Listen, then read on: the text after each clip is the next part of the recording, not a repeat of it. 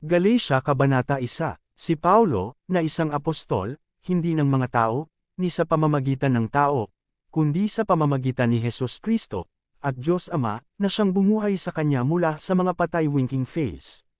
At ang lahat ng kapatid na kasama ko sa mga simbahan ng Galatia.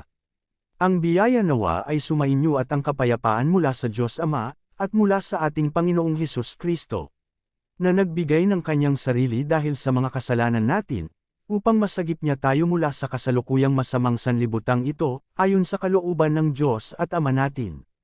Na sa Kanya ang kaluwalhatian magpakailan at kailanman. Amen. Nagtataka ako na gayon kayo kadaling naalis mula sa Kanya na tumawag sa inyo sa biyaya ni Kristo patungo sa ibang mabuting balita. Na hindi iba, kundi may ilang nanliligalig sa inyo, at nais na pilipitin ang mabuting balita ni Kristo.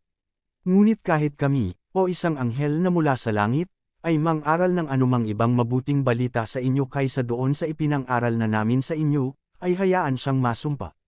Gaya ng sinabi namin noong una, sa gayon ay sinasabi kong muli, kung mang-aral ang sinumang tao ng anumang ibang mabuting balita sa inyo kaysa sa tinanggap na ninyo, ay hayaan siyang masumpa.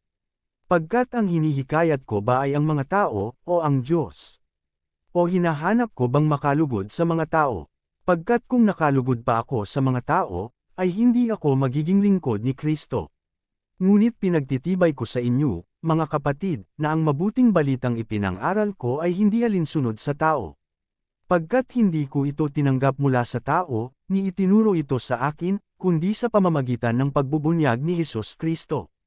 Pagkat narinig na ninyo ang tungkol sa pamumuhay ko sa panahong nakalipas sa relihiyon ng mga Judeo, kung paanong lampas sa sukat ay inusig ko ang simbahan ng Diyos, at pininsala ito.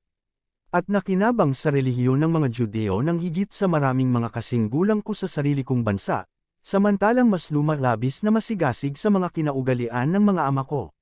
Ngunit nang ikinalugod ito ng Diyos, na naghiwalay sa akin mula pa sa sinapupunan ng aking ina, at tumawag sa akin sa pamamagitan ng biyaya niya. Naibunyag sa akin ang anak niya, upang may pangaral ko siya sa gitna ng mga pagano, ay hindi ako agad-agad sumangguni sa laman at dugo. Niumahan man ako sa Jerusalem patungo sa kanila ng mga apostol na bago pa ako, kundi pamaroon ako sa Arabia, at bumalik muli sa Damascus. Pagkatapos ng 3 taon saka ako umahan sa Jerusalem para makita si Pedro, at manatiling kasama niya ng 15 araw. Ngunit wala akong nakitang ibang apostol, maliban kay Jacobo na kapatid ng Panginoon.